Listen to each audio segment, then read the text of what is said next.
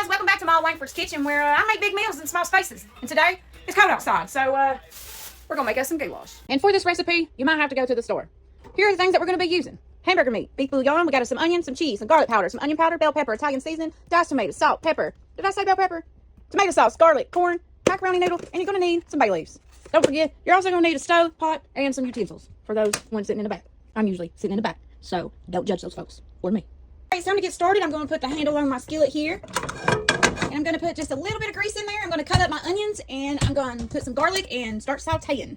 Okay, we're going to put some oil in the pan. You're going to put us about 2 teaspoons of minced garlic.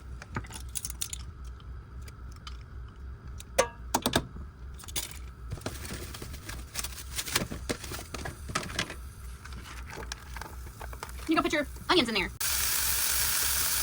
Once your onions start getting a little brown and start getting a little caramelized, go ahead and add your hamburger meat. For this recipe, we like a meaty goulash, so I've got 2 pounds here. I mean, you can do less, you can do more. It's all about the size of your family, not mine. I cook as if we have about 8 people here, but we like leftovers, so just break your hamburger meat up, and we're going to cook this until it's brown. While it's cooking, go ahead and add some salt. Let's say probably about a teaspoon. We may add more later. Well, it's the most definite, we're going to add salt later. However, Miss Al, we like salt here. Now, while your hamburger meat is over here getting brown and stuff, it'd be wise to go ahead and start you a pot of water, getting it boiled, because we're going to need that. Because we have some macaroni noodles to cook, so get it ready. And if you are sitting in the front by now, your pot of water is probably about ready to boil. Unlike mine, because I just got mine on the stove. So, see what I mean about making fun of those in the back? We can't help it. Got that ADHD, OCD, squirrel.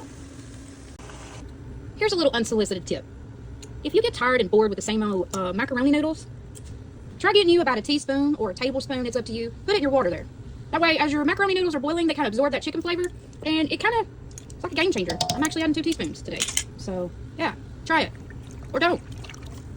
So my water's starting to boil, so I'm going to add me probably about 8 ounces to 10 ounces of macaroni noodle. Today, I went with the rigid jumbo elbows, and that is because I already had some here. So, yeah. While you're waiting on your macaroni noodles and your hamburger meat to finish browning, go ahead and dice you up a bell pepper, because you're going to need that. And when your hamburger meat is almost done, go ahead and throw in your bell pepper, because you really don't want to cook it all down and cook all the flavor out. We want to make sure that gets into that and doesn't come out in the grease. So don't cook it too early. I promise you. Trust the process. Now that your hamburger meat is done, we're going ahead and we're going to get some of that grease out. For those of you in the front, that's a paper towel, and I'm using it to get the grease out. We're not trying to take all the grease out. We're mostly just trying to take out what we put in there, because the rest of that is good, and we're going to take it with us.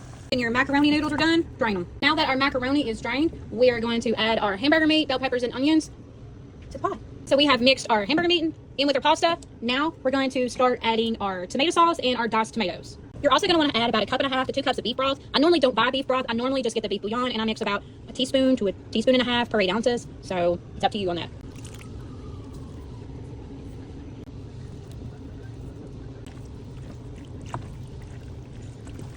So I measured out 1.5 cups of water. I put it in my tomato sauce can along with the beef bouillon. I stirred it up, and now I'm adding it to my goulash. Now that you've got your liquids added, go ahead and add your corn. You can either use a can of corn.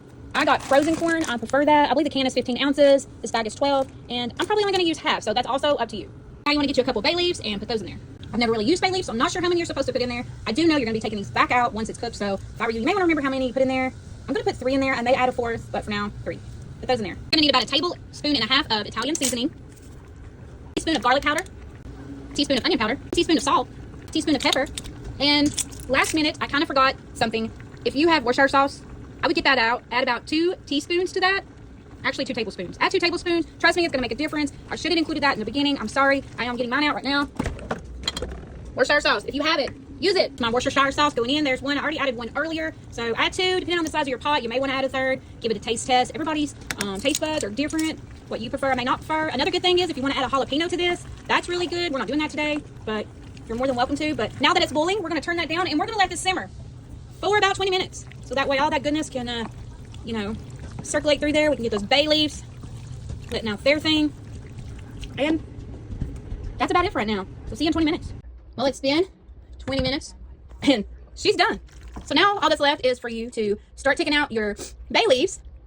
And if you are a cheese person, go ahead and add in your extra sharp cheddar or whatever cheese you're using. Go ahead and add that in there and stir it up. Or if you're like us, we add our cheese to our bowl. That way we get the amount of cheese that we want. So thank you for following. And if you're not, maybe you should. And if you don't follow, maybe you can just like give me a like or a share or something. Oh, I'm not crying. The wind was in my eyes. I just took the dogs for a walk.